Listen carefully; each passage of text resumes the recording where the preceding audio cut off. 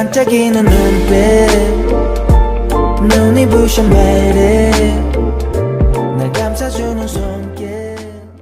Did you happen to encounter young Chae Woo Ri at Haedeul Hospital 25 years ago, Father? It seems our clever Jin Soo Ji has finally brought everyone together, including director Han Jin-tae, Jin Na-young, and Han Yeon-sung, and unveiled all the hidden truth. The evidence is damning, from the inconsistent genetic test results to the toothbrush belonging to Jin Na-young, revealing that Na-young manipulated Kim Mari's genetic test. This also includes the encounter with young Chae Woo Ri at Haedeul Hospital all those years ago, alongside recent attempts to drive a wedge between Kim Mari and Chae Woo Ri. In this pivotal moment, 25 years of deception collapsed before everyone. Woo Ri, the victim of Sooji's revelations, are racing towards resolution fueled by her determination. Director Han Jin-tae, visibly angry, demands to know the basis of these outrageous claims. In response, Han Yeon-sung insists that the evidence has been laid bare and questions how much longer the director intends to hide the truth, urging him to confess everything to Kim Mari. At this moment, Chae Woo Ri, who has been eavesdropping, burst into the director's office, demanding to know the situation and confronting Han Jin-tae about abandoning him despite their past connection. Director Han Jin-tae attempts to explain, asking him to listen, but Chae Woo Ri vehemently pushes his hand away, expressing his anguish and storming out. Jin Soo Ji follows her husband, urging everyone to remain calm and providing comfort to those affected. Meanwhile, Han Yeon-sung takes Jin Na-young's by the hand, dragging her back to the director's office to confront her. He demands to know the truth behind the secret she's been keeping, asking where the lies end and the truth begins. Jin Na-young defends herself, claiming she acted under Han Jin-tae's orders, insisting she did everything to protect the family. Yeon-sung, however, reaches his breaking point. His face reddens and he slams his fist on the desk, angrily rebuking her for blaming Jin Soo Ji for their misdeeds. "You think you had no choice?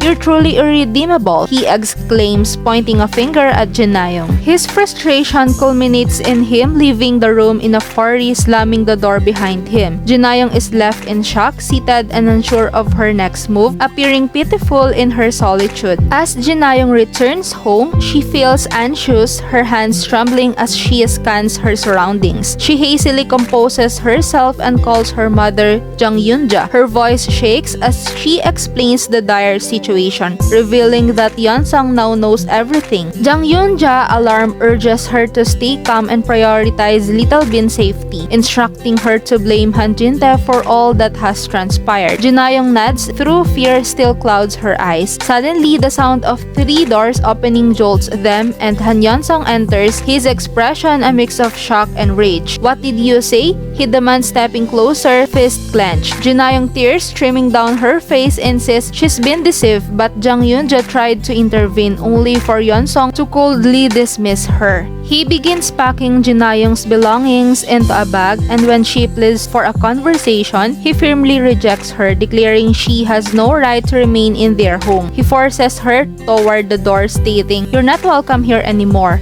I'll have my lawyer contact you." With that, he leaves, leaving Jin Na-young reeling. Jin Soo Ji stands nearby, her expression a mix of shock and concern. In a moment of desperation, Jin Na-young lashes out at Jin Soo Ji, blaming her for everything she has lost. Jin Soo Ji, initially surprised, gradually shifts to disappointment as she responds coldly, "You haven't changed at all," before closing the door in Jin Na-young's face. That's all for today, guys. Thank you all for watching. 'Cause you are